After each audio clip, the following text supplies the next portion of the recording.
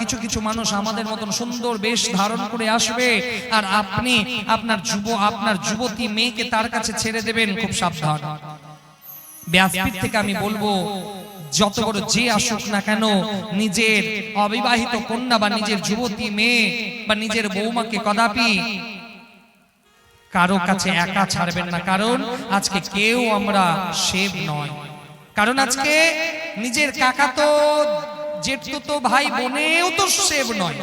এই জন্য হে সনাতনীরা, আমার কথাটা হয়তো অনেকের খারাপ লাগবে, কিন্তু আজকে দেখবেন, আজকে প্রকৃত যারা সনাতনী, প্রকৃত যারা ধর্মগুরু, তারা কিন্তু সেখান থেকে অনেক দূরে থাকবে। কিন্তু যারা ধর্মের ভেগ ধারণ করবে, যারা ধর্মের বেশকে ধারণ করে আমাদের সমাজে আসবে, আপনি তার চরিত্র জানলেন না, আপনি তাকে জানলেন না, আপনার বাড়িতে প্রবেশ করবে, আর আপনার বৌমা, আপনার যুবতী মেয়ের সঙ্গে তার সম্পর্ক তৈরি হবে।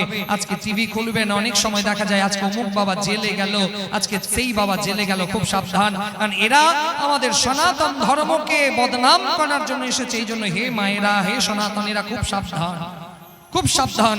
যাকে তাকে গুরু নয়, গুণ মিলে তো গুরু বানাও, চিত্ত মিলে তো চেলা, মন মিলে তো মিত্র বানাও, বরনা রহো অকেলা। গুণ যদি ভালো না থাকে, খবরদার তাকে গুরু বানাবেন না।